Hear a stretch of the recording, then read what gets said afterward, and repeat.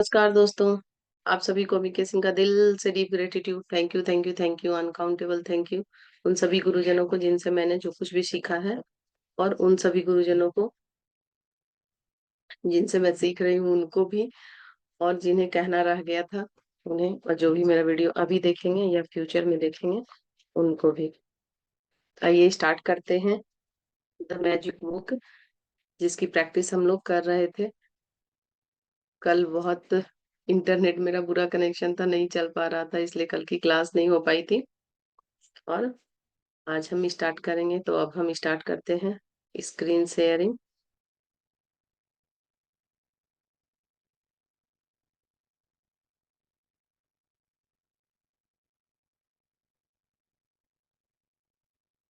और आज हमारा है छठा दिन। तो अब हम छठे दिन से स्टार्ट करते हैं। जादू की तरह काम करना। कोई भी काम को जादू की तरह करना है तो कैसे करेंगे, आज के इस प्रैक्टिस में हम लोग जानेंगे। अपनी किसी गतिविधि, कला, शिक्षा, योग्यता को लें और इसे इतने आगे तक धकाएं जहां तक यह पहले कभी नहीं गई थी। मुहाने से भी आगे तक, जो आप इस जादू के क्षेत्र में पहुंचने के लिए जो विवश कर देते हैं। कि टॉम रॉबिन्सन लेखक है, उनका कहना है।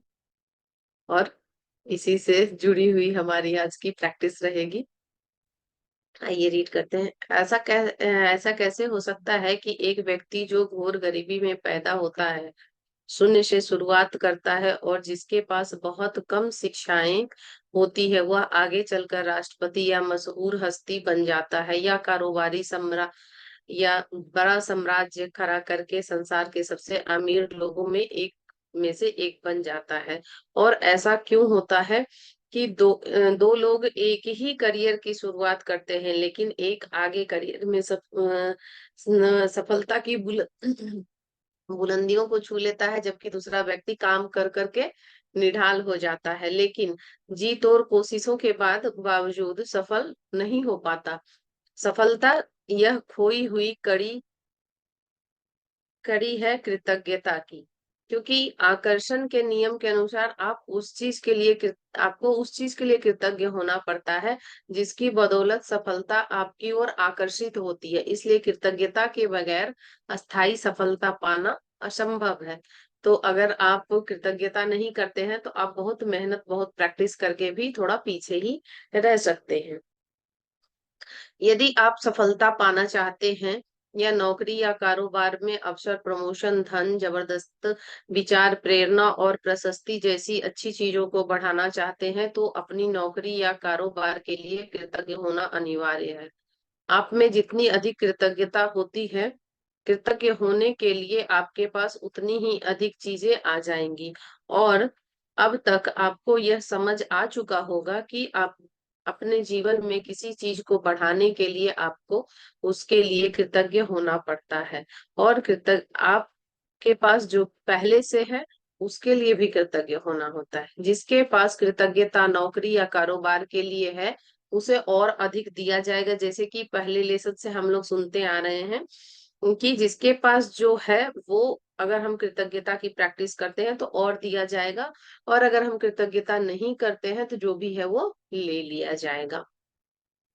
वह समृद्ध होगा। जिसके पास भी कृतज्ञता नौकरी या कारोबार के लिए नहीं है, उसके पास जो है वह सब भी उससे ले लिया जाएगा।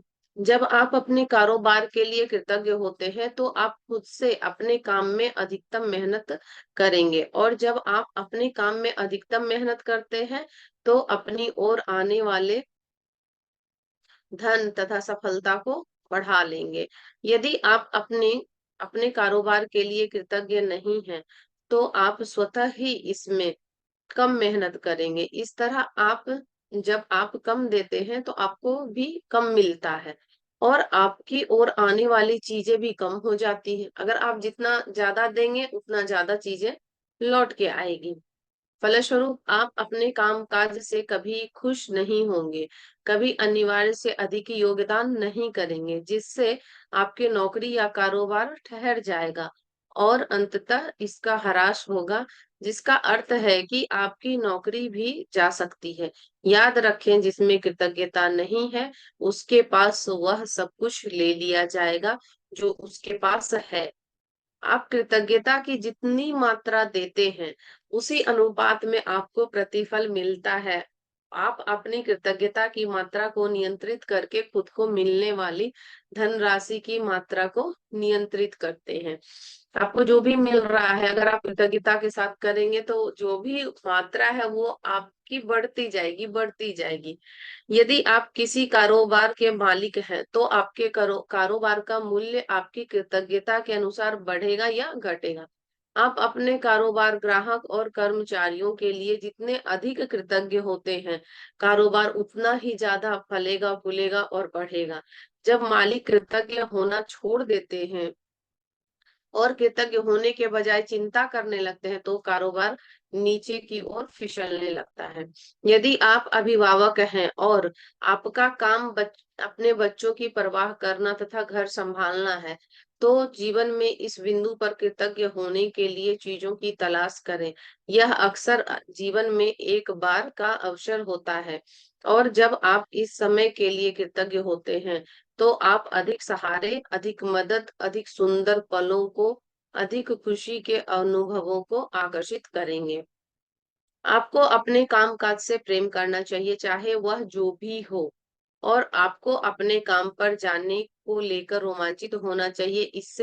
कम इससे कम से कभी समझौता ना करें कि आप कम रोमांचित हैं, खुशी से नहीं जा रहे हैं काम पे। इस तरह से चीजों में कम में कभी समझौता ना करें। यदि आप अपनी वर्तमान नौकरी के बारे में ऐसा महसूस नहीं करते हैं, या अगर आपके सपनों की नौकरी नहीं है, तो ऐसी नौकरी पाने का अचूक तरीका यह है कि पहले अपनी वर्तमान नौकरी के लिए कृतज्ञ रहिए। जब आप इस नौकरी से, भले ही आपको यह नौकरी पसंद नहीं है, जो पसंद है वो आपके पास तो आने से रही, लेकिन जो है उसके लिए अगर आप कृतज्ञ रहते हैं, तो वो चीजें धीरे-धीरे आपके पास आने लगेगी। आज ही यह कल्पना करें कि आप एक अदृश्य मैनेजर हैं, जिसका काम नौकरी के बारे में आपके विचारों और भावनाओं का रिकॉर्ड रखना है। कल्पना करें कि आप आज जहां भी जाते हैं, आपका मैनेजर हाथ में कलम और डायरी लेकर पीछे-पीछे पहुंच जाता है। जब भी आप नौकरी में कृतज्ञ होने वाली कोई चीज ढूंढ निकालते हैं, तो मैनेजर उसे लिख लेता है। आपका काम कृतज्ञ होने के लिए अधिकतम चीजों की तलाश करना है, ताकि दिन के अंत में मैनेजर के पास कृतज्ञता की लंबी सूची बन जाए।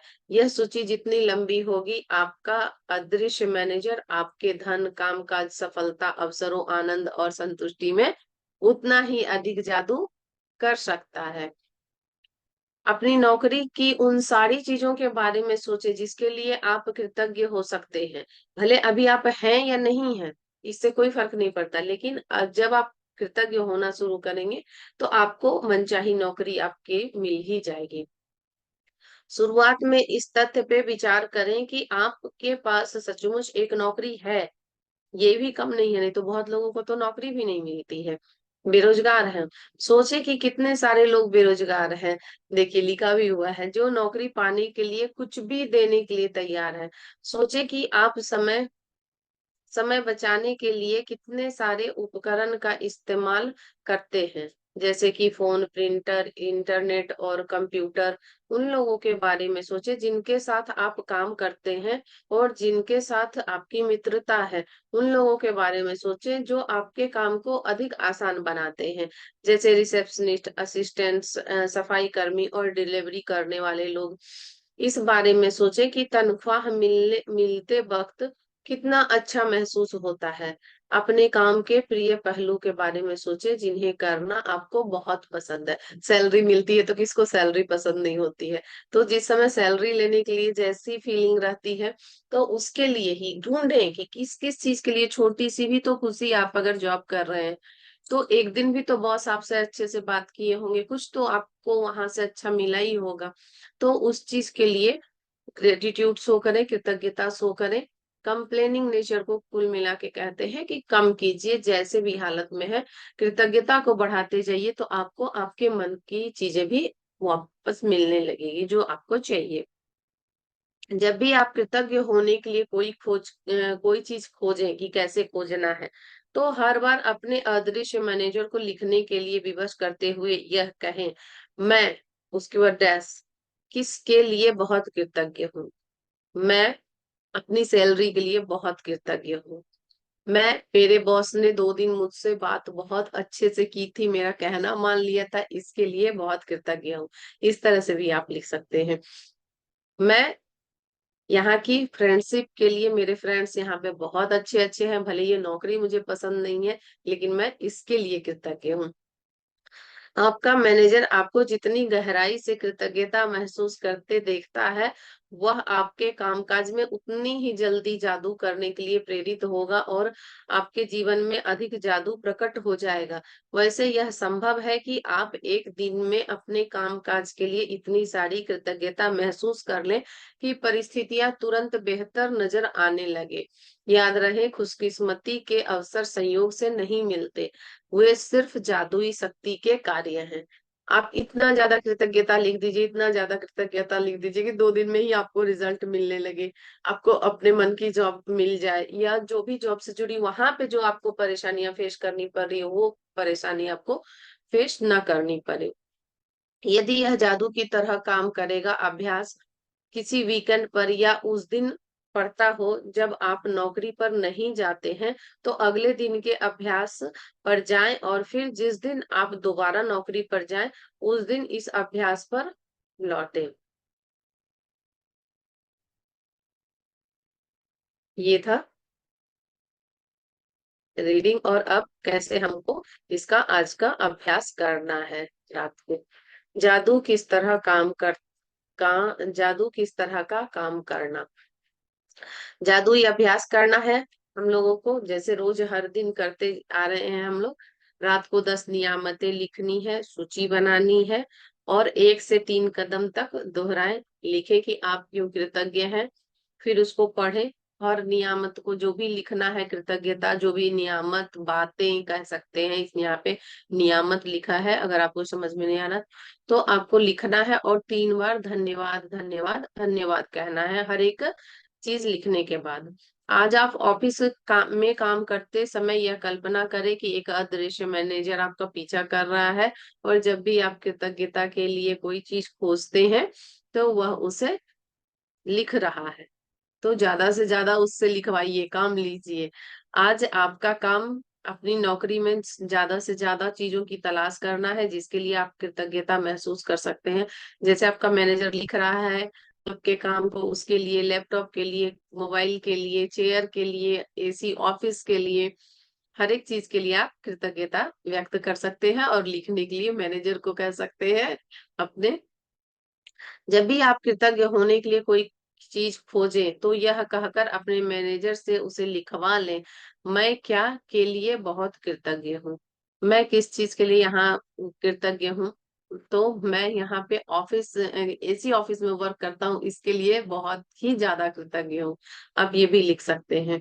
यहाँ पे लंच हमको मिलता है और लंच बहुत टेस्टी रहता है, इसके लिए कृतज्ञ हूँ। कई ऑफिस में बहुत टेस्टी लंच मिलता है, वो लोगों को बहुत पसंद होता है। फिर ज्यादा से ज्यादा कृतज्ञता महसूस करें, और आज रात सोने से ठीक पहले, चौथा और आखिरी है, कि जादुई पत्थर को हाथ में लेना है आपको। दिन भर में जो सबसे अच्छा काम लगता है कि आज हुआ है, सबसे पहले आपको उसको गिनना है। उसके बाद जितनी सारी भी ग्रेटिट्यूड है, आपको जितनी सारी नियामतें मिली है, जितनी सारी चीजें मिली है, 1 से लेकर 10, 15, 20, 50, 100 जितनी, सबके लिए धन्यवाद धन्यवाद धन्यवाद कहें, और सो जाएं। फिर सुबह उठ के दूसरा प्रैक्टिस करेंगे। ये थी आज की प्रैक्टिस, और कल हम डे 7 में पहुंच जाएंगे और डे 7 की प्रैक्टिस करेंगे। 7वां दिन, नकारात्मकता से बाहर निकलने का जादुई तरीका। कल निगेटिविटी रिमूवल कह सकते हैं इसको। तो कल हम लोग इसकी प्रैक्टिस करेंगे, और मैं स्क्रीन शेयर अब बंद करती हूँ। किसी को क्वेश्चन है तो क्वेश्चन पूछ सकते हैं, नहीं तो क्लास को लीव करेंगे। और आप सभी जरूर काली चालीसा में जुड़िएगा। एक दिन तो मैंने दूसरे चैनल पे कर दिया था परसों, और कल इंटरनेट ही बहुत ज्यादा खराब था, जिसके कारण कि कनेक्शन बार बार होता था, फिर कनेक्शन कट हो जाता था। तो इसके लिए पता नहीं ढंग से वहां पे वीडियो लाइव स्ट्रीम हो पाया है कि नहीं, नहीं पता मुझे। क्योंकि अभी जाके थोड़ा देर पहले, आज क्लास भी लेट हो गई इसीलिए, क्योंकि अब जाके थोड़ा नेट जो है सही चलना शुरू हुआ है। तो इसीलिए 9 बजे जरूर काली चालीसा में भी जुड़िएगा, और माँ काली से अपनी विश बोलिएगा। और 9 बजे 9 टाइम हम लोग काली चालीसा की पाठ करते हैं। और आज हम लोगों का चौथा दिन हो जाएगा काली चालीसा के पाठ करने के लिए। इसके लिए मैं तो बहुत खुश हूँ कि फाइनली मैं कर पा रही हूँ। नहीं तो कल तो लग रहा था कि थोड़ा भी लाइव हो ही नहीं पाएगा। तो माँ काली का आशीर्वाद है। अच्छा, कोई क्वेश्चन तो नहीं आ रहा है? कोई क्वेश्चन नहीं है तो यहीं पे क्लास को एंड करते हैं। मिलेंगे नेक्स्ट वीडियो में। Bye bye. Like share and subscribe करना चैनल को ना भूलें, और ज्यादा से ज्यादा लोगों को शेयर भी कीजिए, ताकि जो भी किसी के भी लाइफ में थोड़ी सी भी अच्छाई आएगी तो वो अच्छाई भी आपके साथ एड ऑन होगा जरूर। ठीक है, तो मिलेंगे नेक्स्ट वीडियो में। Bye bye. जय माँ काली।